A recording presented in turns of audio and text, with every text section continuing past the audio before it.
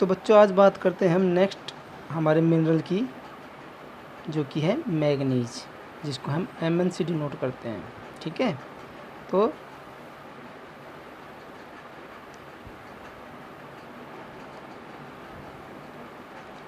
Total body content of manganese is 15 mg।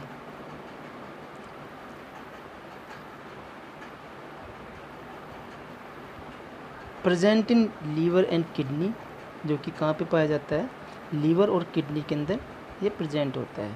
ठीक है, it is associated with connective and bony tissue. ये connective tissue के साथ और बोनी टिश्यू के साथ जो है वो साथ रहता है। ग्रोथ एंड रिप्रोडक्टिव फंक्शन इसके मेन है, ग्रोथ भी करवाता है इनकी और रिप्रोडक्टिव भी करवाता है। कार्बोहाइड्रेट एंड लिपिड का मेटाबॉलिज्म भी करवाता है ये। जैसे अपन ने जो पढ़ा था उस टाइम, ग्लूकोज जो है वो ग्लूकोज 6 फॉस्फेट में कन्वर्ट होता है। ठीक है, Mg2+ की प्रेजेंस होती है। Mg2+ की प्रेजेंस या फिर Mn2+ की प्रेजेंस, Mn मतलब मैग्नीज, मैग्नीज के प्रेजेंस से भी ये रिएक्शन हो सकती है। बात करते हैं इसके सोर्सेज की। तो सोर्सेज के अंदर इसके सोर्सेज जो हैं वो हैं liver, kidney, whole grains, cereals, vegetables और नट्स। ठीक है, टी जो है वो रिच सोर्सेज है मैग्नीज का, जो चाय हम पीते हैं, ठीक है, वो मैग्नीज का क्या है, रिच सोर्सेज है। तो इसके बाद बात करते हैं इसके रिकमेंडेड डाइटरी अलाउंसेज की, कि पर डे कितना मैग्नीज हमें डाइट में लेना चाहिए। तो वो है 2.5 to 5 mg per day. Serum manganese level जो होता है वो कितना होता है, 5 to 20 mg पर डेसीलीटर, 5 to 20 mg पर डेसीलीटर। इसके बाद calcium, phosphorus and iron inhibit manganese absorption. जो कैल्शियम जो है वो फॉस्फोरस और आयरन, ये तीनों मैग्नीज की एब्जॉर्प्शन को इनहिबिट करते हैं। और इसका मेनली जो एब्जॉर्प्शन होता है वो होता है स्मॉल इंटेस्टाइन के द्वारा। स्मॉल इंटेस्टाइन से ये मैग्नीज जो है वो एब्जॉर्ब होता है। इसके बायोकेमिकल फंक्शंस, बायोकेमिकल फंक्शंस देखे जाएँ तो role in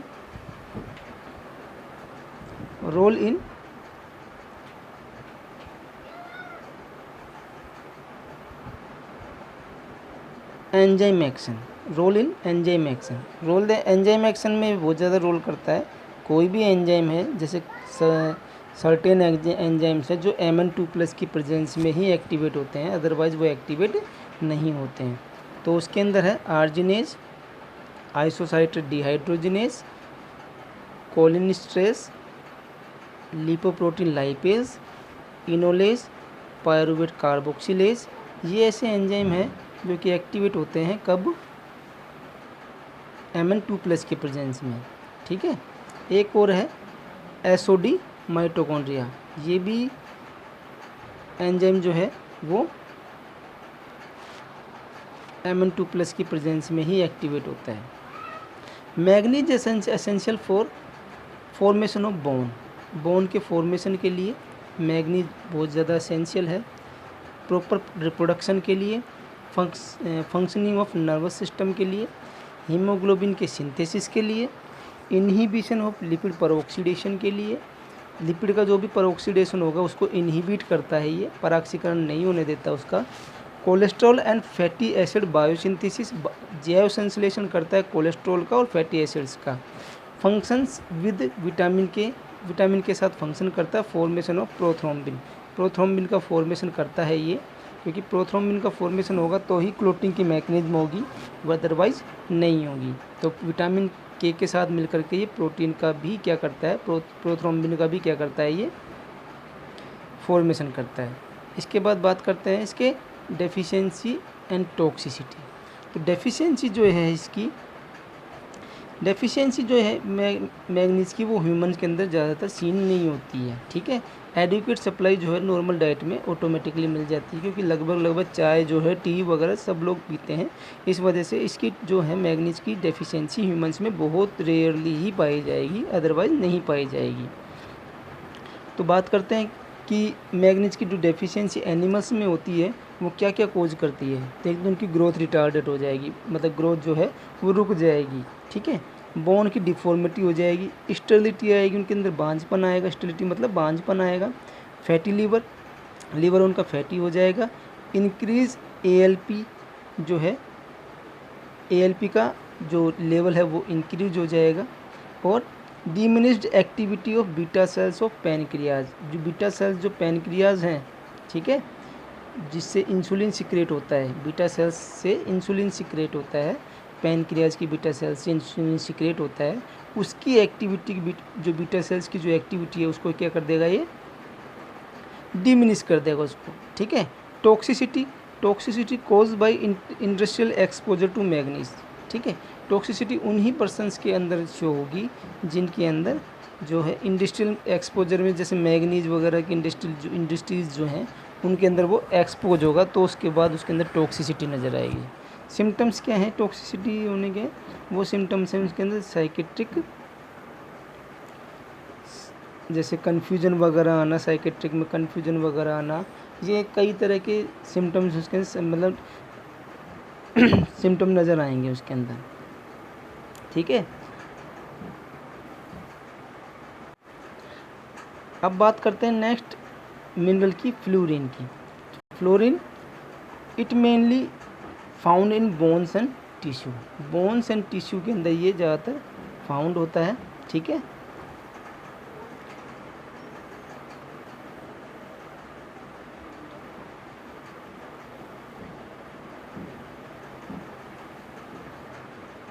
bones and tissue के अंदर ज़्यादातर ये फाउंड होता है। जो रिकमेंडेड जो RDA है वो है 1 से 2 पर मोल, पार्ट्स पर मिलियन, ठीक है, पार्ट्स पर million. The content of fluorine is water is dependent on the soil content of fluorine. आपको पता होगा जो फ्लोरीन है वो वाटर के अंदर ज़्यादा मात्रा में पाया जाता है, ठीक है। तो इसका जो कंटेंट डिपेंड करेगा वो उसके ऊपर डिपेंड करेगा वाटर के कंटेंट में, कि उसकी जो सॉइल है जहाँ से वाटर निकल रहा है उस सॉइल के अंदर, उस मिट्टी के अंदर कितना फ्लोरीन है, ठीक है। तो ये जो कंटेंट है इसका वही डिपेंड करेगा कि उसकी सॉइल में, उसकी जो मिट्टी है वहाँ पे कितना % फ्लोरीन है। तो fluorine is supplemented in various toothpaste preparation, ठीक है। सॉइल जो है वो fluorine is supplemented in various toothpaste preparation. Fluorine का यूज़ जो होता है वो टूथपेस्ट जो बनता है उसमें भी, प्रिपरेशन में भी काम में आता है। जैसे फ्लोरिनेटेड टूथपेस्ट होते हैं उसमें अंदर 3000 पार्ट्स पर मिलियन फ्लोराइड होता है, उसके अंदर 3000 पार्ट्स पर मिलियन क्या होता है, फ्लोराइड होता है उसके अंदर। इवन ऑर्डिनरी जो टूथपेस्ट होते हैं उनके अंदर जो ये होता है 700 ppm पार्ट्स पर मिलियन, कितना होता है 700 ppm। नॉर्मल जो ब्लड लेवल माना गया है वो फ्लोरीन का माना गया है 4 माइक्रोग्राम पर 100 ml, 4 माइक्रोग्राम पर 100 ml। इसके बाद रिक्वायर्ड फॉर, इसके जो बायोकेमिकल फंक्शन है उसके अंदर पहला फंक्शन है required for the proper formation of bones and teeth.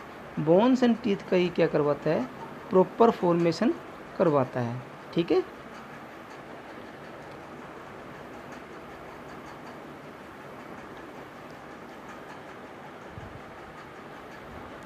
Fluoride prevent the development of dental caries. Fluoride जो है वो प्रिवेंट करता है डेंटल कैरीज को, डेंटल जो कैरीज होती हैं, ठीक है, जो दांतों के संबंधी बीमारियां जो होती हैं उनको ये प्रिवेंट करता है, ठीक है। It forms a protective layer of acid resistance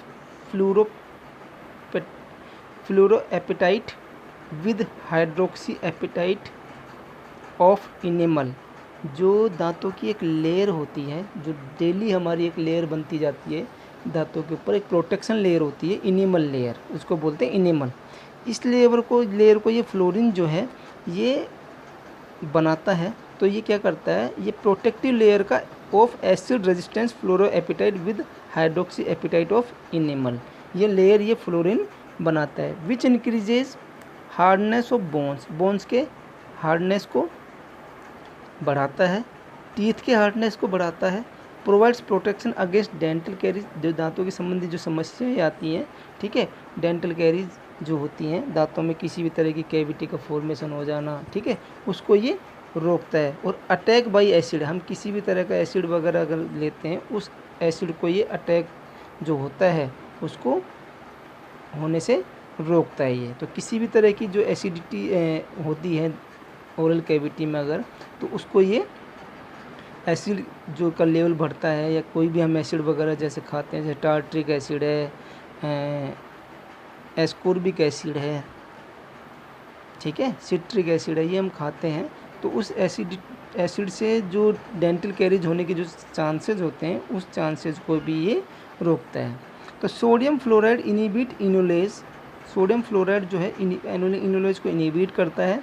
and fluoro acetate inhibit अकोनिटेज, ठीक है, इनोलेज और अकोनिटेज ये दोनों एंजाइम जो हमारे ग्लाइकोलाइसिस में और क्रेब्स साइकिल में काम आते हैं। तो सोडियम फ्लोराइड जो है इनिबिट करता है, इनको रोकता है, इनोलेज को और एकोनिटेज के एक्टिवेशन को, ताकि ये जो क्रेब्स साइकिल अगर किसी मात्रा में, अगर ज़्यादा मात्रा में एनर्जी का फॉर्मेशन हो रहा है, एटीपी ज़्यादा बन रहे हैं, तो उसको भी रोकने के लिए सोडियम फ्लोराइड बहुत काम आता है। इसके बाद है absorption and excretion. Absorption and excretion में देखा जाए तो इनऑर्गेनिक फ्लोराइड, इनऑर्गेनिक जो फ्लोराइड होता है, ठीक है, is absorbed readily in the stomach, stomach में आराम से क्या हो जाता है, ये एब्जॉर्ब हो जाता है, और इंटेस्टाइन में भी एब्जॉर्ब हो जाता है। एंड डिस्ट्रीब्यूटेड होता है from almost entirely to bones and teeth में, ठीक है, बोन्स एंड टीथ में ये आराम से डिस्ट्रीब्यूट कर दिया जाता है। पहले स्टमक इंटेस्टाइन से ये स्मॉल इंटेस्टाइन से एब्जॉर्ब हो जाएगा, उसके बाद बोन्स एंड टीथ में ये आराम से एंटायरली डिस्ट्रीब्यूट हो जाएगा। About 50% of daily intake is excrete through the urine, जितना भी फ्लोराइड हम डेली ले रहे हैं, ठीक है, उसका 50% जो है वो एक्सक्रेट होता है यूरिन के थ्रू। अब इसके बाद बात करते हैं डेफिशिएंसी एंड टॉक्सिसिटी। डेफिशिएंसी जो है वो हो सकती है drinking water that is low in fluorine content. अगर हम ऐसा पानी पी रहे हैं जिसके अंदर फ्लोरीन का लेवल जो है बहुत ज़्यादा लो है, जैसे आरओ का मिनरल वाटर जो होता है, उसमें फ्लोरीन का जो लेवल होता है बिल्कुल ना के बराबर होता है, सारा फ्लोराइड उसमें से निकल जाता है। या फिर ज़्यादा मात्रा का जो टीडीएस वाला जो वाटर है वो हम इंटेक कर रहे हैं, तो भी क्या है, डेफिशिएंसी ऑफ फ्लोरीन हो सकता है।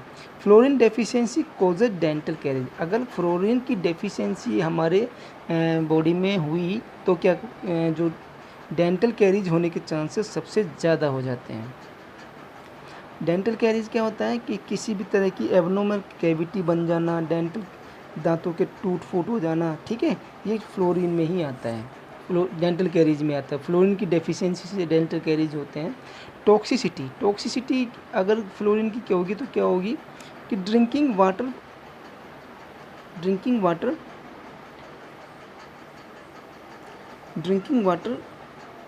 Contains 5 ppm of fluorine.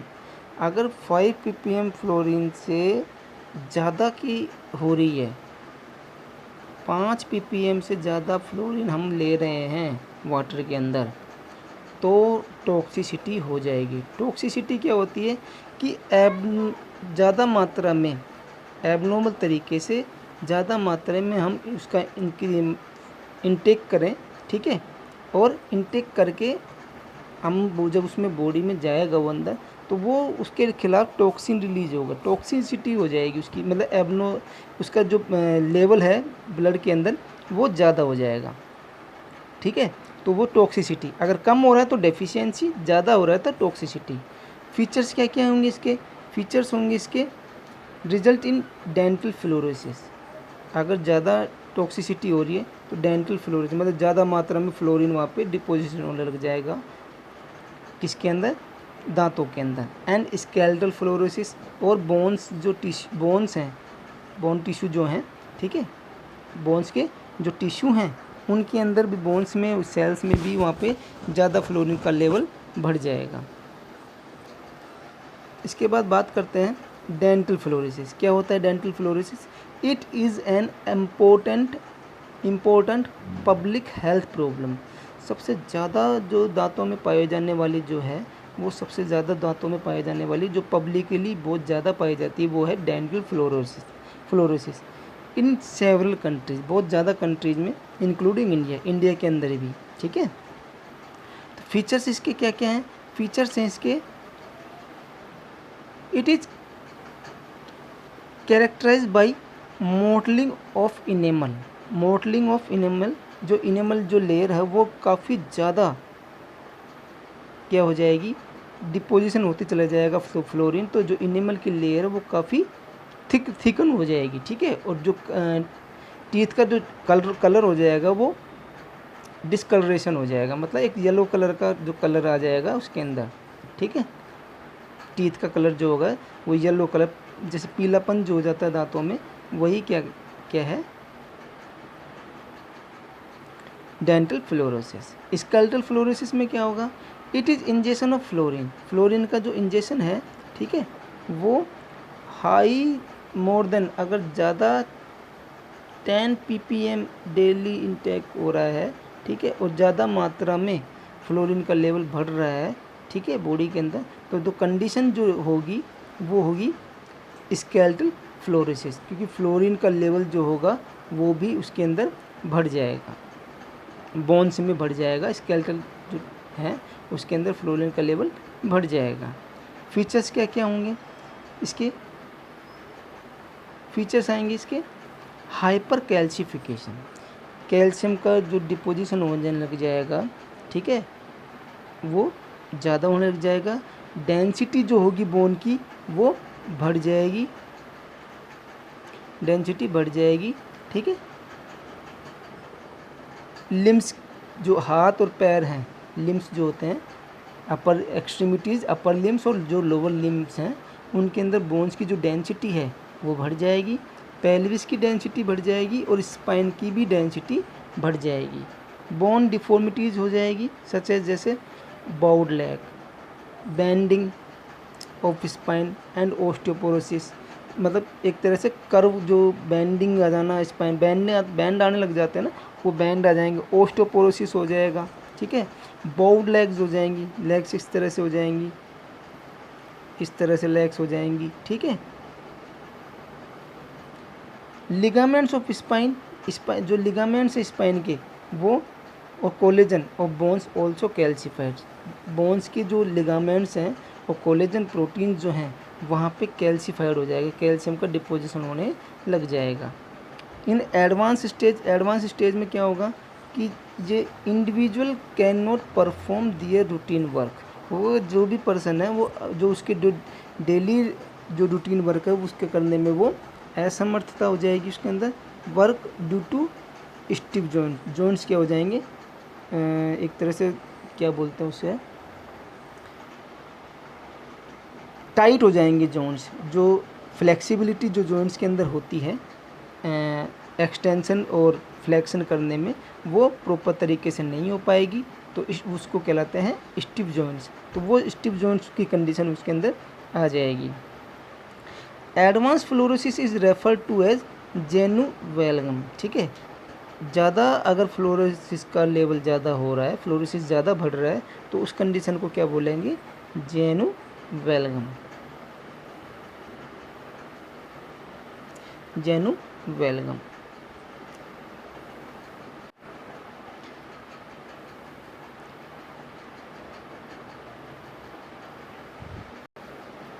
इसके बाद बात करते हैं हमारा नेक्स्ट जो है मिनरल की, वो है पोटेशियम। तो potassium is the major intracellular cation. जो पोटेशियम है वो बहुत ज़्यादा मात्रा में पाया जाने वाला इंट्रासेलुलर सेल के अंदर पाया जाने वाला कैटायन है, ठीक है, जिसको हम डिनोट करते हैं K+ से। तो about 90% of potassium is in cell के अंदर, only 2% in ECF extra cellular fluid के अंदर। 90% जो है पोटेशियम पाया जाएगा सेल के अंदर, ठीक है, और 2% पोटेशियम पाया जाएगा एक्स्ट्रा सेलुलर फ्लूइड के अंदर। टोटल बॉडी जो पोटेशियम जो एडल्ट मेल के अंदर होता है वो होता है 50 मोल इक्विवेलेंट पर किलोग्राम। मतलब 1 किलोग्राम का कोई अगर पर्सन है उसके अंदर 50 मोल इक्विवेलेंट जो है वो पोटेशियम पाया जाएगा। Of body weight, as most of the body potassium is found in muscles, और ज़्यादा मात्रा में जो पोटेशियम पाया जाता है वो हमारे मसल्स के अंदर पाया जाता है, ठीक है। बात करते हैं सोर्सेज की। सोर्सेज के अंदर पोटेशियम जो है वेजिटेबल्स में, फ्रूट्स में, होल ग्रेन्स में, मीट में, मिल्क में, लेग्यूम्स में एंड टेंडर कोकोनट वाटर, जो पानी होता है नारियल का उसके अंदर ये पाया जाता है। इसके बाद इसका जो रिकमेंडेड डाइटरी अलाउंसेस है पोटेशियम का वो होता है 2 से 5 ग्राम पर डे। मतलब 2 से 5 ग्राम पर डे हमें रोज़ डेली पोटेशियम खाना चाहिए। Absorption and excretion, absorption and excretion जो है पोटेशियम का जो GIT के थ्रू होता है, ठीक है। Potassium is readily absorbed bye passive diffusion of GIT। Passive diffusion मतलब डिफ्यूजन जो होता है ना, मतलब कम सांद्रता से अधिक सांद्रता की ओर जो होता है वो होता है पैसिव डिफ्यूजन, ठीक है। तो GIT के अंदर ये डिफ्यूजन होता है पोटेशियम का, जो एब्जॉर्प्शन होता है डिफ्यूजन के द्वारा होता है। The amount of potassium in the body depends on the balance between potassium intake and output, कि कितना पोटेशियम खा रहे हैं और कितना पोटेशियम बाहर निकल रहा है, ठीक है। तो ये डिपेंड करता है, उसके अकॉर्डिंग इसका डिफ्यूजन होता है। जैसे मान लो कि ज़्यादा मात्रा में पोटेशियम अगर खा रहे हैं तो कम मात्रा में जो उतने ही मात्रा में क्या होगा आउटपुट भी होगा उसका, ठीक है। और ज़्यादा मात्रा में पोटेशियम खा रहे हैं, ज़्यादा मात्रा में एक्सक्रीट हो रहा है तो ज़्यादा ही मात्रा में वो क्या होगा एब्जॉर्ब भी होगा। Under the normal condition loss of potassium through gastrointestinal tract, जो नॉर्मल कंडीशन है GIT के थ्रू भी ज़्यादा पोटेशियम जो है वो लॉस होता है। And skin is very small, और स्किन के थ्रू ये बहुत कम होता है। द मेजर जो मीन्स है पोटेशियम एक्सक्रीशन का वो है किडनी के द्वारा, क्योंकि यूरिन के द्वारा किडनी जो यूरिन फॉर्मेट करती है उसमें ज़्यादातर मात्रा में पोटेशियम बाहर निकलता है, ठीक है। इसके बाद potassium output occurs through the 3 primary routes. Potassium का जो आउटपुट होता है, जो एक्सक्रेट होता है, वो 3 तरह से होता है। एक तो GIT के थ्रू, दूसरा स्किन के थ्रू और तीसरा यूरिन के थ्रू। पहला GIT, दूसरा स्किन, तीसरा यूरिन। इसके बाद इसके फंक्शन में depolarization and contraction of heart require potassium. जो हार्ट का जो कॉन्ट्रैक्शन होता है वो पोटेशियम के द्वारा ही होता है, ठीक है। कॉन्ट्रैक्शन जो होता है, जिससे कॉन्ट्रैक्शन से ब्लड जो नेक्स्ट चैम्बर में फिल होता है, ठीक है, रिलैक्सेशन होता है, कॉन्ट्रैक्शन होता है, डायलेटेशन और कॉन्ट्रैक्शन। ये जो कॉन्ट्रैक्शन होता है ये पोटेशियम के द्वारा ही होता है। During transmission of nerve impulse, जब भी नर्व इम्पल्स होते हैं there is sodium influx and potassium efflux with depolarization, ठीक है। सोडियम तो इनफ्लक्स हो जाता है और पोटेशियम एफ्लक्स हो जाता है, ठीक है। जब भी नर्व ट्रांसमिशन होता है तो सोडियम तो क्या होगा इनफ्लक्स हो जाएगा और पोटेशियम इफ्लक्स हो जाएगा। इनफ्लक्स मतलब अंदर की तरफ चला जाएगा, पोटेशियम बाहर की तरफ चला जाएगा डीपोलराइजेशन के साथ। इसके बाद है आफ्टर नर्व ट्रांसमिशन, जब नर्व का ट्रांसमिशन होता है तो दी चेंजेज आर रिवर्स्ड। जब भी ये चेंज जो जैसे सेल है, ठीक है, तो नॉर्मली सेल के अंदर पोटेशियम होता है, सोडियम बाहर होता है। जब भी नर्व इम्पल्स होते हैं ये अंदर चला जाता है और ये बाहर आ जाता है, ठीक है। पर जब ये नर्व इम्पल्स ख़त्म हो जाता है तो वापस वही कंडीशन आती है, सोडियम तो बाहर चला जाता है और पोटेशियम वापस अंदर आ जाता है। The intracellular concentration gradient is maintain by the sodium potassium ATPase pump. ये एटीपेज क्या है, एक एंजाइम है, ठीक है, एटीपेज एंजाइम है। इस एटीपेज एंजाइम के द्वारा सोडियम और पोटेशियम जो पंप है वो मेंटेन करता है उसकी जो कंसंट्रेशन है, ठीक है, सेल की इंट्रासेलुलर कंसंट्रेशन ग्रेडियंट, सारे कंसंट्रेशन जो वाटर का जो कंसंट्रेशन है सेल के अंदर, सेल के बाहर की तरफ, ये सोडियम और पोटेशियम पंप ही निर्धारित करता है। तो intracellular concentration gradient is maintain by the sodium और potassium ATPase pump. ATPase enzyme है जो कि काम करता है यहाँ पे, और ये सोडियम और जो पोटेशियम है ये सेल के जो अंदर का जो कंसंट्रेशन है, ठीक है, वाटर का, ये ही सोडियम और पोटेशियम ही निर्धारित करता है। The relative concentration of intracellular to extra cellular potassium, intracellular जो एक्स्ट्रा सेलुलर पोटेशियम है determines the cellular membrane potential. Cellular जो मेम्ब्रेन पोटेंशियल है, ठीक है, उसको भी मतलब सेल की जो भित्ति है, मेम्ब्रेन है, उसके जो विभव है उसको ये मेंटेन करता है कि कितना कंपोनेंट अंदर जाना चाहिए, कितना जो बाहर आना चाहिए, ठीक है, कितना तो सेल के अंदर जाना चाहिए और कितना सेल से बाहर की तरफ आना चाहिए। Potassium influence the muscular activity, potassium जो है प्रभावित करता है मस्कुलर एक्टिविटी को भी प्रभावित करता है, ठीक है। Certain enzyme such as pyruvate kinase requires potassium as cofactor. कई एंजाइम्स ऐसे हैं जो कि पोटेशियम को एज ए कोफैक्टर की तरह यूज करते हैं। अगर ये नहीं होगा तो वो एंजाइम एक्टिवेट नहीं होगा, ठीक है। तो उसके अंदर पहला है, कौन सा है,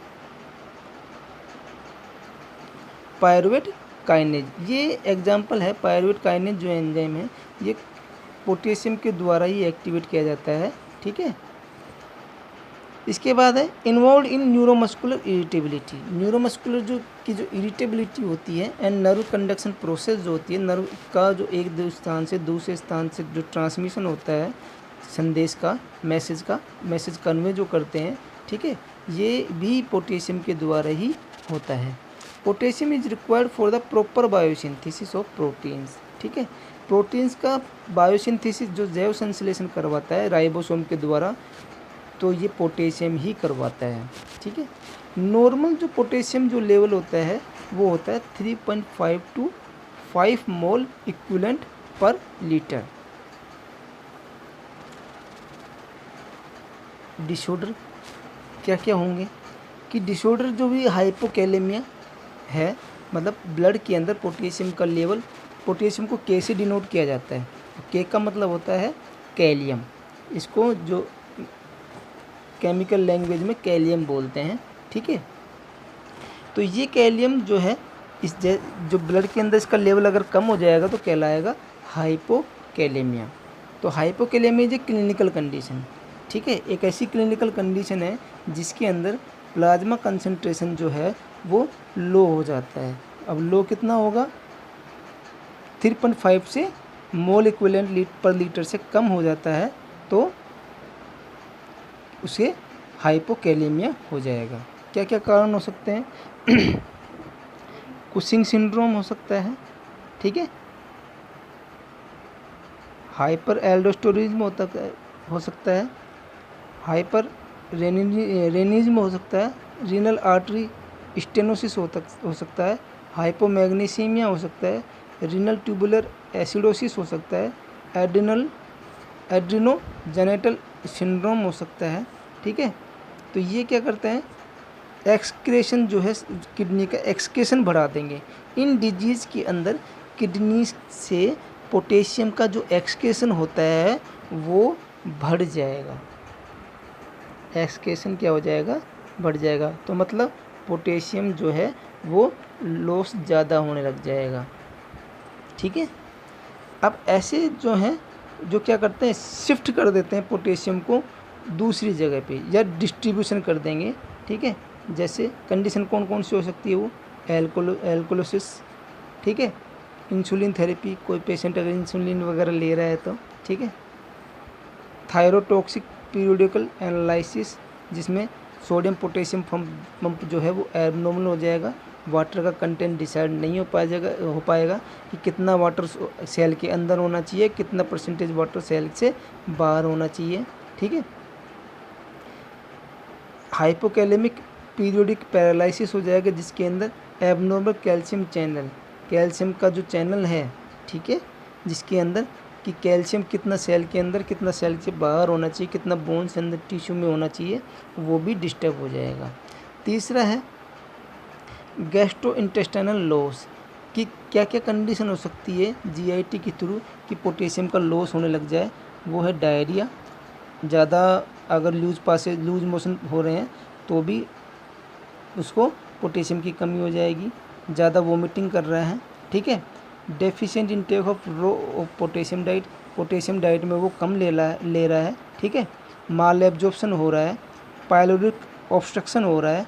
ठीक है, ये पाइलोरिक ऑब्स्ट्रक्शन क्या है कि जो स्टमक का जो पाइलोरस वाला पार्ट है, जैसे ये स्टमक है, ठीक है, तो स्टमक का जो ये पाइलोरस वाला पार्ट है, इसके अंदर स्टोनोसिस मतलब ऑब्स्ट्रक्शन हो जाना। ठीक है, तो जिसके कारण क्या होगा, जो सारा डाइट खाया है वो वापस रिगरगिटेट करेगा, बाहर निकलेगा फूड। ठीक है, जिसके कारण पोटेशियम का भी लेवल जो है वो लॉस हो जाएगा।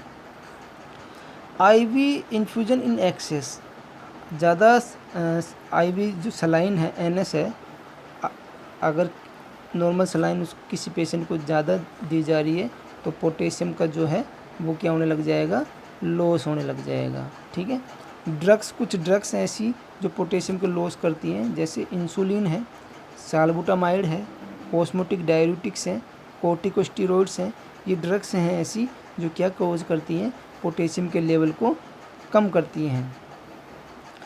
सेकंड कंडीशन है हाइपरकैलेमिया। हाइपरकैलेमिया में क्या होगा कि अगर पोटेशियम का लेवल 5.5 mmol पर लीटर से ज़्यादा हो रहा है तो उसे हाइपरकैलेमिया हो जाएगा। Hyperkalaemia is a clinical condition. ये कैसी कंडीशन है, क्लिनिकल कंडीशन। इसके अंदर प्लाज्मा जो पोटेशियम लेवल है वो एलिवेट हो जाएगा, बढ़ जाएगा।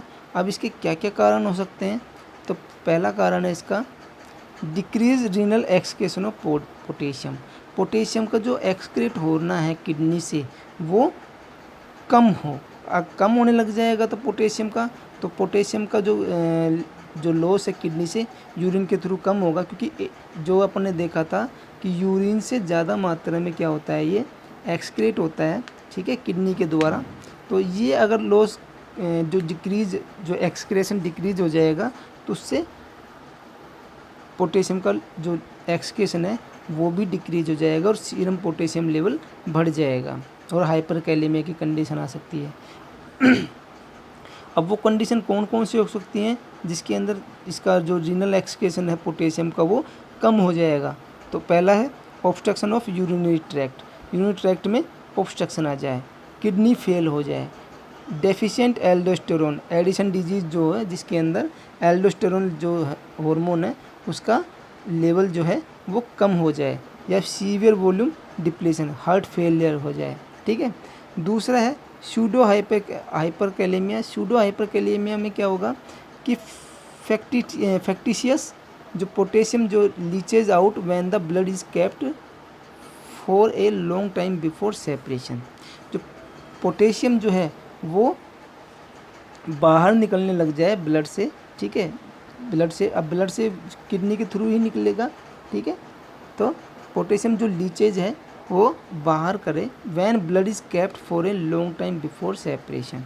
जो ब्लड जो है वो काफ़ी देर तक सेपरेशन के लिए रखा जो है, ठीक है, उस कंडीशन में ये पोटेशियम जो है यहाँ से लीच आउट कर जाए। दूसरा है इम्प्रॉपर ब्लड कलेक्शन, जैसे हीमोलाइसिस है, ब्लड कलेक्शन आप कर रहे हो हीमोलाइसिस में, ठीक है, तो उसके अंदर भी जो पोटेशियम का लेवल है वो बढ़ जाएगा। थ्रोम्बोसाइटोसिस, अगर प्लेटलेट्स का जो कंसंट्रेशन है, जो नॉर्मल कंसंट्रेशन है प्लेटलेट्स का, वो 400 मिलियन पर ml अगर जा रहा है, 400 ml पर ml अगर हो रहा है, तो उस कंडीशन में भी क्या होगा, पोटेशियम का लेवल बढ़ जाएगा। ल्यूकोसाइटोसिस हो रहा है, मतलब ल्यूकोसाइट्स का जो WBC का लेवल जो हो रहा है वो 11 मिलियन पर ml से ज़्यादा हो रहा है, ठीक है, तो भी क्या है, पोटेशियम का लेवल ब्लड के अंदर बढ़ जाएगा। Redistribution of potassium to extra cellular, redistribution हो जाए उसका पोटेशियम का एक्स्ट्रा सेलुलर के अंदर, ठीक है, जैसे metabolic acidosis, insulin deficiency, tissue hypoxia. Insulin की डेफिशिएंसी हो रही है टिश्यू के अंदर, हाइपोक्सिया मतलब होता है टिश्यू के अंदर ऑक्सीजन की कमी। टिश्यू के अंदर अगर ऑक्सीजन की कमी हो रही है तो वो कहलाएगा हाइपोक्सिया। तो हाइपोक्सिया जो हो रहा है उस कंडीशन से भी पोटेशियम का लेवल है वो बढ़ जाएगा। हाइपरकैलेमिक पीरियडिक पैरालिसिस की कंडीशन हो तो भी इसके अंदर क्या हो जाएगा, पोटेशियम का लेवल बढ़ जाएगा। या कुछ ड्रग्स हैं ऐसी जो कि पोटेशियम का लेवल बढ़ जाती है, जिसके अंदर वो spironolactone, beta blockers, cyclosporine, digoxin. अब कुछ इसमें टर्म ऐसे आए हैं बच्चों जो काफ़ी तुम्हें कॉम्प्लिकेटेड लग रहे होंगे, ठीक है, तो उन टर्म्स के ऊपर ध्यान न देते हुए सिर्फ मेनली चीज़ों पे आपको ध्यान देना है, वो मैं आपको बता देता हूँ स्टार्टिंग से, ठीक है। तो हम पोटेशियम का जो मेटाबॉलिज्म जो पढ़ रहे हैं, क्योंकि वो आपके फर्स्ट ईयर लेवल से थोड़ा सा ये ज़्यादा हटके है, कि ये पीपीटी जो मैंने बनाई है, ये पीपीटी थोड़ी सी ज़्यादा अक्रॉस द नॉलेज है, ज़्यादा नॉलेज की तरफ है। तो आपको एक लिमिटेड नॉलेज की तरफ देखा जाए तो आपको पोटेशियम की जो ये ध्यान रखना है कि इसका मेजर जो इंटरसेलुलर कैटायन है ये, ठीक है, 90% ये पाया जाता है सेल के अंदर और 2% ये पाया जाता है ECF के अंदर, ठीक है। मैं दोबारा बता रहा हूँ आपको, एडल्ट मेल के अंदर जो है इसका 50 मोल इक्विवेलेंट पर किलोग्राम होता है, ठीक है।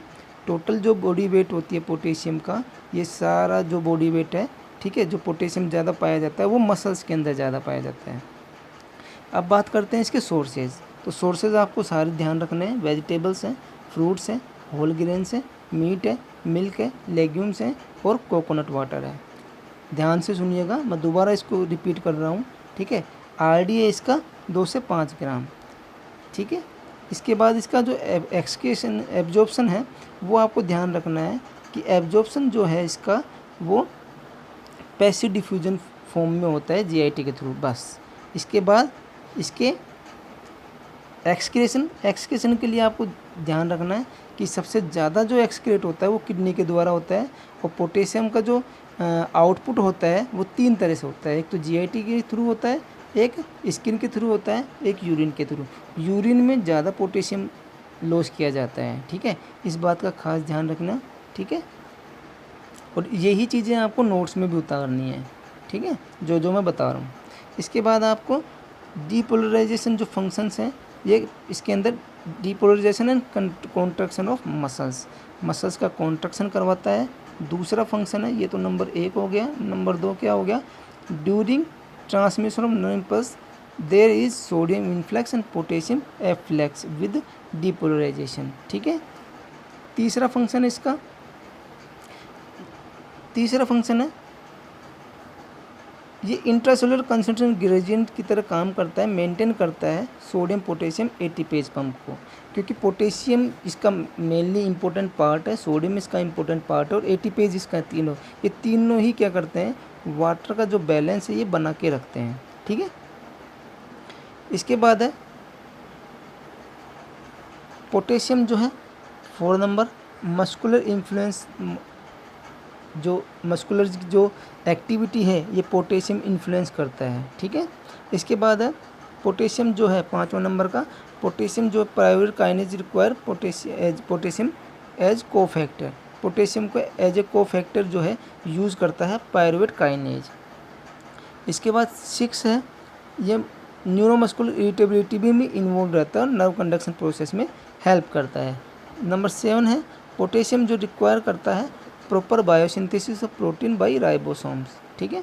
और जो इसका जो ये फंक्शन में नहीं है, ये अलग है। जो इसका नॉर्मल कंसंट्रेशन होता है वो होता है 3 to 5 मोल इक्विवेलेंट पर लीटर। इसके बाद बात करते हैं इसके हाइपोकैलेमिया और हाइपरकैलेमिया। तो हाइपोकैलेमिया में सबसे पहली बात ये है कि आपको ये ध्यान रखना है कि किस कंडीशन में आप हाइपोकैलेमिया बोलोगे। तो मैंने बताया था, अगर 3 मोल पर लीटर से अगर कम हो जाती है क्वांटिटी ब्लड के अंदर पोटेशियम की, तो वो डिनोट किया जाएगा हाइपोकैलेमिया में, ठीक है। बात करते हैं इसकी डेफिनेशन की। तो लो प्लाज्मा पोटेशियम कंसंट्रेशन अगर होगा तो क्या हो जाएगा, उसको हाइपोकैलेमिया बोलेंगे, ठीक है। पहली है कि सबसे पहले कंडीशन जो इंक्रीज करेंगे एक्सक्रीशन, वो कंडीशन सिर्फ नाम याद रखने हैं आपको। कुशिंग सिंड्रोम, हाइपरएल्डोस्टेरोनिज्म, ठीक है, हाइपररेनिन जिसको रीनल आर्टरी स्टोनोसिस भी बोल सकते हैं, हाइपोमैग्नीशियम, ब्लड के अंदर मैग्नीशियम का लेवल कम हो जाएगा, रीनल ट्यूबुलर एसिडोसिस, एडेनोजेनेटल सिंड्रोम। ये सिम्टम्स आपको जो इसमें दिखाई दे रहे हैं, इसमें कोजेज में, ये काफ़ी एक्स्ट्रा ऑर्डिनरी सब्जेक्ट आपके लिए है, आपको थोड़ा सा तो आपको ध्यान रखना है। सिर्फ इनके नाम अभी याद कर लीजिए, ज़्यादा अभी डीप में जाने की ज़रूरत नहीं है, ठीक है, क्योंकि जितना डीप में जाओगे अभी आप कंफ्यूज हो जाओगे। इसके बाद है डिस्ट्रीब्यूशन जो होता है एल्कोलिसिस, इंसुलिन थेरेपी, ठीक है, एबनॉर्मल सोडियम पोटेशियम पंप में और एबनॉर्मल कैल्शियम चैनल में। इसके बाद है कंडीशन कौन कौन सी हो सकती हैं जिसके अंदर ये जीआईटी के थ्रू लॉस हो सकता है। एक तो डायरिया, दूसरा वोमिटिंग, ठीक है, तीसरा पोटेशियम की डाइट हम कम खा रहे हैं, माल एब्जॉर्प्शन मतलब एब्जॉर्प्शन जो है डेफिशिएंसी हो रही है एब्जॉर्प्शन की, पोटेशियम जीआईटी के थ्रू एब्जॉर्ब ही नहीं हो पा रहा है। या पाइलोरिक ऑब्स्ट्रक्शन मैंने बताया था, स्टमक के पाइलोरिस वाले पार्ट में क्या हो रहा है ऑब्स्ट्रक्शन हो रहा है। ड्रग्स हैं कई ऐसी जो कि रोकती हैं पोटेशियम के एक्सक्रीशन को, ठीक है। उसके अंदर इंसुलिन है, साल्बुटामाइड है, ऑस्मोटिक डायोटिक्स है, कोर्टिकोस्टेरॉइड है। सॉरी, एक्सक्रीशन को बढ़ाती हैं ये ड्रग्स, रोकती नहीं है, सॉरी, एक्सक्रीशन को बढ़ाती हैं, जिसमें इंसुलिन है, साल्बुटामाइड है, ऑस्मोटिक डायोटिक्स है और कोर्टिकोस्टेरॉइड है। बात करते हैं हाइपरकैलेमिया की। तो मेनली ये कंडीशन आपको ध्यान रखनी है कि अबव 5.5 हो जाएगा, ठीक है। हाइपरकैलेमिया जो है वो एलिवेटेड हो जाएगा प्लाज्मा पोटेशियम लेवल, वही कंडीशन आपको ध्यान रखनी है। कोजेज के अंदर obstruction urinary tract, renal failure, aldosterone की डेफिशिएंसी और सीवियर वॉल्यूम डिप्लीशन, मतलब हार्ट फेल हो रहा है उसका। तो ये कंडीशन है जो कि पोटेशियम का जो एक्सक्रीशन है उससे कम कर रही हैं, ठीक है। दूसरी कंडीशन है सूडो हाइपरकैलेमिया। इसके अंदर आपको मेनली यही ध्यान रखना है, एक तो हीमोलाइसिस, थ्रोम्बोसाइटोसिस और ल्यूकोसाइटोसिस, बस ये 3 चीज़ें आप ध्यान रखिए। पहला हीमोलाइसिस, इम्प्रॉपर ब्लड कलेक्शन, दूसरा थ्रोम्बोसाइटोसिस और तीसरा ल्यूकोसाइटोसिस। थ्रोम्बोसाइटोसिस क्या होता है कि इंक्रीज नंबर ऑफ प्लेटलेट्स, ठीक है। ल्यूकोसाइटोसिस क्या होता है, increase WBC, increase number of WBC, ठीक है। WBC का लेवल बढ़ जाएगा तो ल्यूकोसाइटोसिस, प्लेटलेट्स का लेवल बढ़ जाएगा तो थ्रोम्बोसाइटोसिस। कौन कौन सी कंडीशन है जो डिस्ट्रीब्यूशन जो है उसका वापस करती है। मेटाबॉलिक एसिडोसिस है, इंसुलिन डेफिशिएंसी है, डायबिटीज़ मेलाइटिस के जो पेशेंट्स होते हैं उनके अंदर ये ज़्यादा होता है। इसके बाद है हाइपोक्सिया अगर हो रहा है टिश्यू के अंदर। ड्रग्स हैं कुछ ऐसी जो क्या करती हैं, हाइपोकैलेमिया कोज करती हैं, वो है स्पाइनोलैक्टोन, बीटा ब्लॉकर्स, साइक्लोस्पोरिन और डिजोक्सिन। तो आपको सब लोगों को समझ में आ गया होगा। ठीक है, थैंक यू सो मच।